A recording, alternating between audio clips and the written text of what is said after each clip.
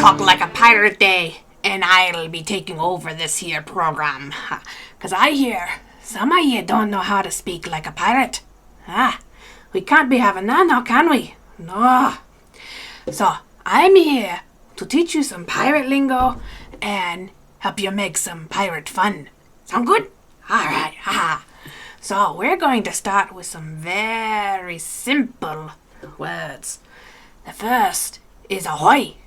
So if someone shouts ahoy to you, they're saying hello, If someone says avast ye, that means they want you to pay attention.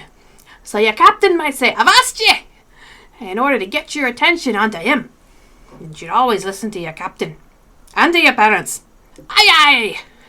Aye aye is a way of saying to your captain, I understand, and I'll do what you want, and I'll do it right away. Batten down the hatches.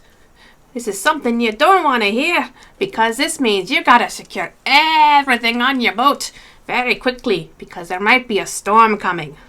Aye, the black spot. No pirate wants to get the black spot. The black spot be a pirate's death sentence.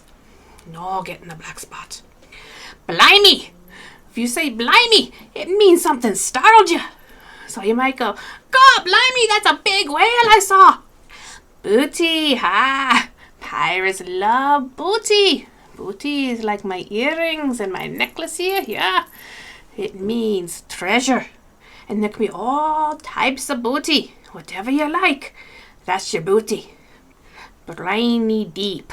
The briny deep be the ocean. Pirates sail on the briny deep to new lands to find booty. Buccaneer, I be a buccaneer. Buccaneer is another word for pirate. It's a very good word. Bucko is another word for buccaneer. It's a way of saying your friend. It can also mean a pirate. Shanty. Shanties are what pirates sing. They are pirate songs. And sometimes you'll hear us singing shanties when we're happy, when we've just found some booty. Oh, maybe we've had a little too much to drink. Fathom. A fathom is a measurement of depth of 6 feet. That's taller than most people. So many fathoms below is many 6 feet below the surface of the ocean. Fire in the hole! This means that the cannon is about to explode, and we need to get everyone safe so they know not to be near that cannon. Hands. Hands are members of your crew. So if you hear all hands on deck, that's the captain saying, all the crew members must come onto the deck right now, because I have a message to tell you. Hearties. Hearties are your mates, your buddies, your friends. Everyone that's a good friend of you is a hearty. They're good to have around. Hornswoggle. It's a very nasty word, hornswoggle. It means you've cheated someone. The hornswoggle is to cheat or dupe someone. And you don't want to do that to your mateys, because if you do, well, they very soon won't be your mateys. A landlubber. A landlubber is someone who does not know how to sail. They're very inexperienced, and they make a lot of mistakes. Most people are landlubbers. Lily-livered. Oh, this is not a good word. To be lily-livered is to be a coward, and nobody likes cowards. No good pirate is a lily-livered one. It's a very bad insult. Savvy. Someone might say to you, do you savvy, matey? It means, do you understand? Do you get what I'm saying? Do you savvy? Scallywag. A scallywag is someone who is young and inexperienced, but it doesn't have the bad connotation that landlubber does. So your captain might call you a scallywag, but he means, a little rascal who doesn't quite know what they're doing yet. But don't worry, you'll figure it out. Shiver me timbers. To say shiver me timbers is that you have scared a pirate. It's because when the boat is going down, the timbers will shiver. And you don't want to go down with your boat. So shiver me timbers means that something has frightened the pirate. It's not a good word. So we have had some words to learn how to speak like a pirate, haven't we? Can you practice some of your words? Can you? You want to try them out on your friends and your family? You can do that too. But for now, we're going to hear a story. A friend of mine from the library, she's going to read a book about my favourite pirate family, the Jolly Rogers. And they moved to a new town. But The town folk, they're not very friendly. So we have to see what the Jolly Rogers have to do about this. The Pirates Next Door, starring the Jolly Rogers. Written and illustrated by Johnny Dudley. Matilda lived in Dole-on-Sea, a gloomy seaside town, too busy in the summer, and in winter it shut down. There weren't too many kids around, and none on Tilda Street, but the lawns were mowed, the cars were washed, and the hedges trimmed and neat. The house next door had been for sale since Tilda was a baby. She hoped a family would move in with a girl her age, or maybe a boy. A pirate boy! Ahoy! He had no shoes, an eye patch, and a wooden-legged dog. A pirate ship with treasure chests and barrels full of grog. He said, "We're the Jolly Rogers. We'll be anchoring next door. We've sailed the 7 seas, but now we've had to come ashore. That's my mom over there, digging up the grass. I felt a little landsick, but she said that it'll pass. That's Dad over yonder, the captain of our crew. He likes to shout 'Arr' a lot, 'cause that's what pirates do. Grandpa won't set foot on shore. Says that he can't bear dry land. The last time he left the ship, the king chopped off his hand. That urchin there is called Nugget. She's a rascal, as you'll see, though she can't fire the cannon yet, because she's only 3. Next morning, Tilda shouted, "Life's not boring anymore! Isn't it fantastic that those pirates moved next door?" But Mom and Dad were not impressed. The neighborhood will sneer. The way they dress, the way they speak, they won't fit in around here. Their kids are always playing with the most alarming toys. We'd rather you were friends with normal girls and boys. On Monday morning, Jim Lad came to Matilda's school. Though no one else would sit by him, Matilda said, "You're cool. You ain't so bad yourself, young lass. For land folk, that is rare. Though I'm a scurvy sea dog, you'll be okay right there." The teacher said Jim should wear shoes, and his uniform was wrong. She wrote a note, but Jim replied, "I won't be staying long. We're only here a little while, so Dad can fix our ship. We ain't cut out for life on land. This day be just a blip.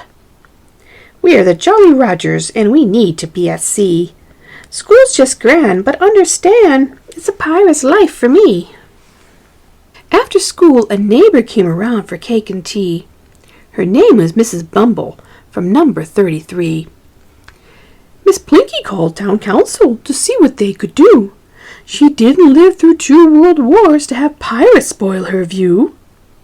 "Isn't it disgraceful on such a lovely street? Why, they don't even try to keep their front lawn looking neat." "They have to go," said Miss Devine, who lived at number 89. "The teeth are black. The nails are too. It really, truly just won't do. They never wash. The kids have lice. They also just don't smell that nice." "You smell okay." Thanks." "They wear old clothes and scruffy hats. I'm told the ship is full of rats." Also mad was Mr. Shore, the grumpy man at 34. He liked to read the paper on his sunlit deck, you know, but the pirate ship blocked out the light, so he said, "They have to go. I'd like some peace and quiet, but they're fixing up that boat. Hammering all day and night. That thing will never float." His 2 Miss Yates at 88 told everyone who passed their gate, "We saw them grab the mailman. They made him walk the plank. He's lucky he can swim, but we're afraid the mail all sank." "They scared the ducks," said Mrs. Snooks, "and terrorized the park. They boarded people's rowboats and fired cannons for a lark." "Wah! That's my boy." Driving home from bingo, Miss Plum got quite a fright. They were digging up the roadside in the middle of the night. "They have cutlasses," said Mr. Brown. "They'd love to run you through. They'll steal your gold, or so I'm told. Whatever shall we do?" Miss Bevan from 87 marched down to the town hall. She collected a petition, 50 signatures in all. They're digging holes and fighting fights. It's the beginning of the end. I've lived here for years and years, and so have all my friends. Before you know it, there'll be more. We'll all have pirates right next door. The Jolly Rogers cannot stay. You must make them go away. That night there was a tapping at Matilda's window pane. Outside was Jim. He whispered, "I've got something to explain. Whenever we stop somewhere new, the neighbors are unkind. To show them pirates aren't so bad, we leave some things behind." Shh. Our galleon's now shipshape, so it's time we sailed away. And I'll be sad to leave because I've enjoyed our stay. But we pirates need adventure.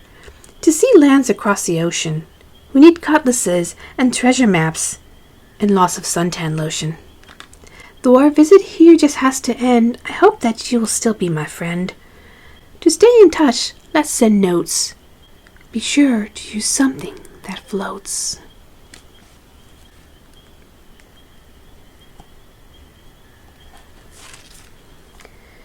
Tilda woke up the next morning, puzzled by what Jim had said. But she vowed she'd keep in touch as she struggled out of bed. She opened up her curtains as she gave a great big yawn. And there, to her amazement, was an X on every lawn.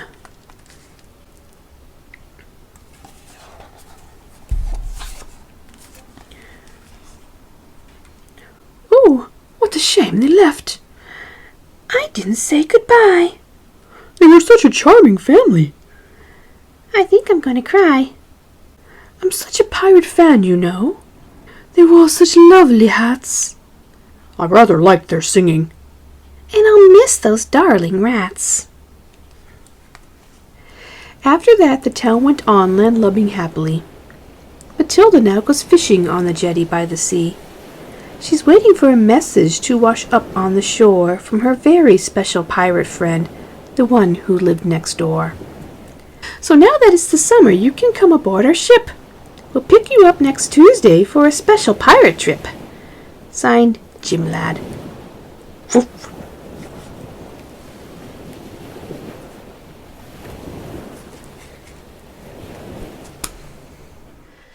So I'm gonna teach you how to make a pirate hat, because every pirate needs a hat.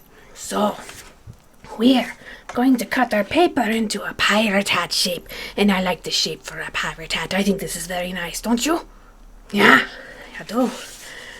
But then we're going to need a long strip, because this is going to wrap around our head so that we can fit a pirate hat on our head. But you know, this is kind of a boring hat. This is not a good hat for a pirate. It needs something, so I think I'm going to put on my hat a skull and crossbones. So I'm going to throw things around.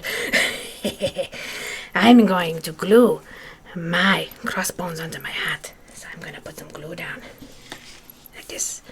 I'm going to do that. Nice. Lots of glue to put on my hat. So then I'm going to put it. Let's see. I think I want it this way. That's a good spot. I'm going to put it there. There we go. Now, I've got some bones on my hat. It's looking good. But you know, something's missing. It doesn't look quite right yet. But that's okay, because I got a skull. Yeah, pirates like skulls. So I'm going to glue my skull onto my hat. And you can glue a skull onto your hat too. Or maybe you want to make a boat out of your white paper. Or maybe you want to make a bird, like a parrot. I don't have a parrot. He flew away. I'm very sad about my parrot. But it's okay, because now I've got a skull on my hat. Ah, look at that. And I've got glue on my floor. But you know, this is looking good. But it's not quite there yet. No. I think I need something sparkly on mine. So I've got some little jewels. And I'm going to put these on here. I'm going to put them on there. And I'm going to put one here. And now he's got eyes. Look at that. But you know, maybe I want a few more.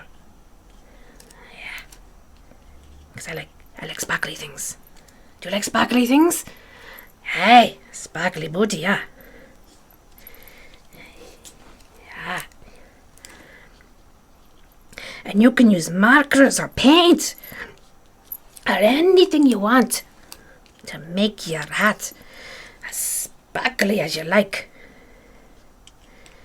But see, he's got little X's for eyes. But it's okay, because they're sparkly X's. So now, I've got a pirate hat with a skull and crossbones and sparkly things. It's 3 of my favorite things. So now, we gotta take this and we gotta measure it around our head and figure out how big it is, our head. So that, once we know how wide it is going around our head, we're going to glue this. Glue this nice and good. With lots of glue. We're going to glue it together like that. And now, we got a band. It's going to go around our heads. But now, we need to glue the hat onto the band. Yeah. So, I'm going to put more glue right here. And then I'm going to glue. I do it like that. But now, when it's dry, I have a hat that fits for a parrot. And like I said, you can do anything with your hat that you like to make it how you want to look. You can even use extra paper to make feathers. Oh, so exciting. But I think I like my hat as it is, so I'm not going to put feathers. But you can put feathers on yours. But you know, we have a hat now, but we don't have a boat. And pirates, we need boats. We can't go anywhere if we don't have a boat.